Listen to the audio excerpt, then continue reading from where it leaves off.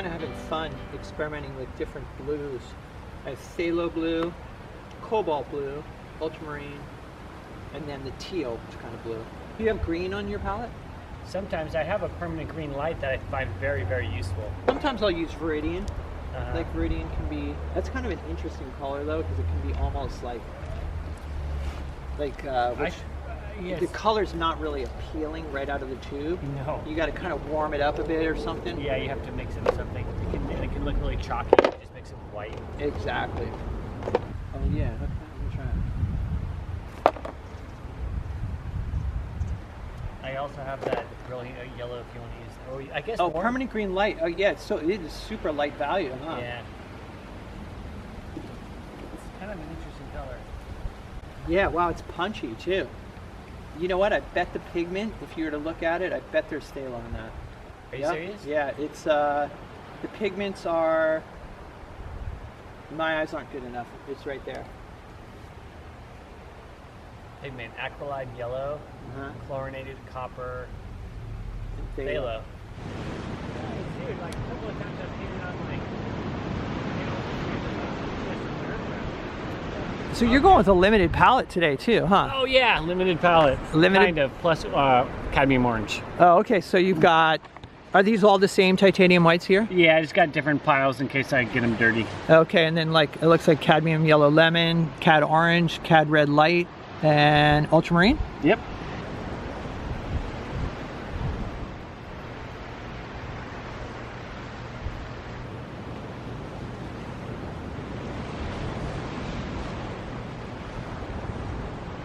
There's the composition. I'm painting on a 14 by 18 inch panel, and kind of like the idea of these rocks going off at an angle like this.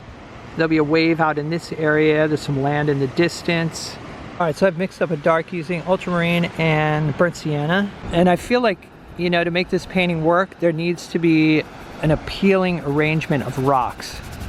I'm gonna try to block these in pretty quickly. The light is changing pretty rapidly.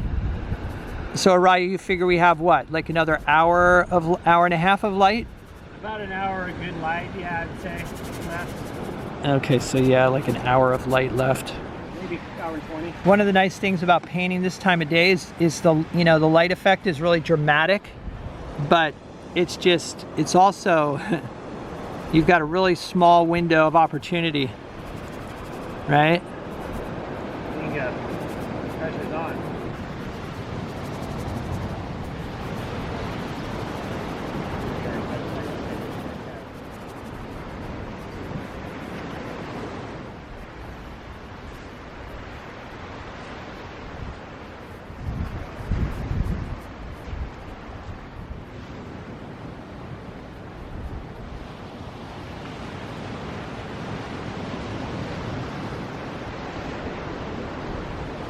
Okay, so here's the block in. I'm definitely focusing on design and struggling a bit. I'm trying to get some translucency in the water in the foreground. I feel like that's reading pretty well.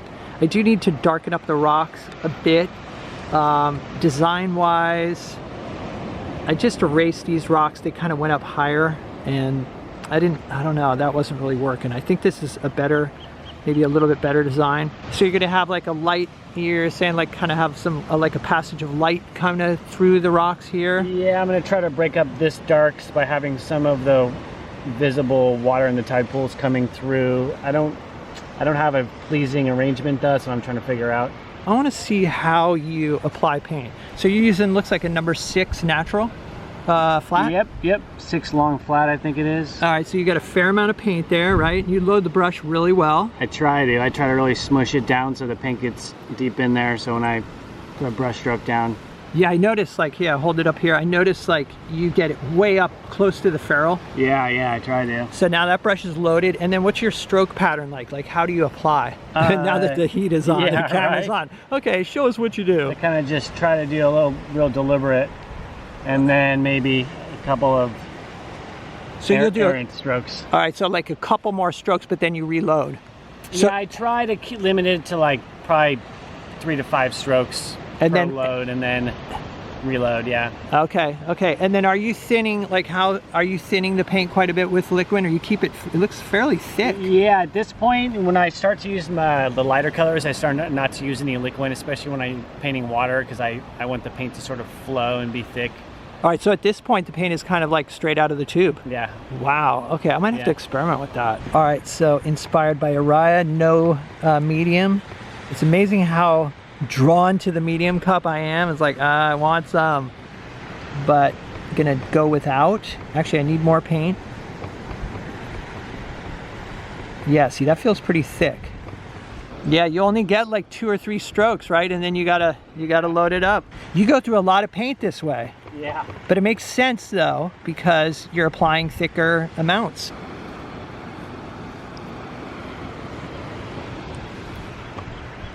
Wow, I need more. I'm glad I brought down a big tube of white.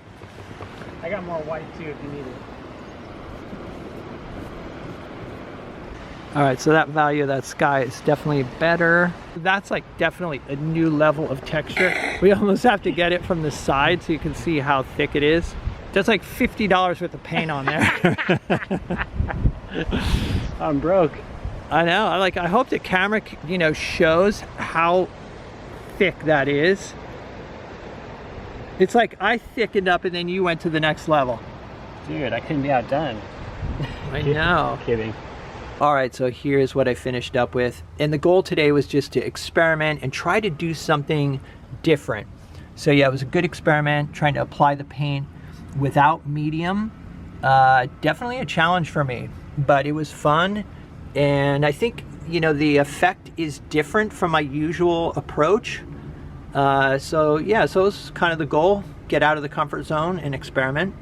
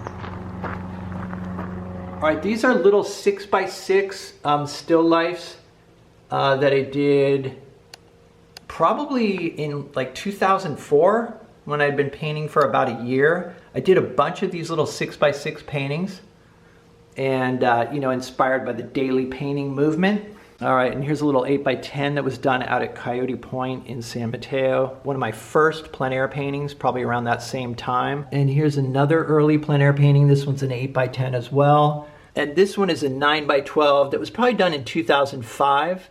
And this is in Pescadero. All right, so some gifts from Emma. We're heading to a cold climate to do some work. And so she got me this nice scarf here. And then also some like mittens, and then this hat, you know, Pacifica, very appropriate with the great white shark on it. All right, so I hope you guys enjoyed this video. Let me know what you think in the comments. If you'd like to see some extra videos and help support the channel, there's a Patreon link down below. Got a bunch of extra videos on there and a materials list, so check it out. Also, I'll put a link to Ariah's Instagram down below as well. Other than that, stay creative, and I'll see you guys in the next video.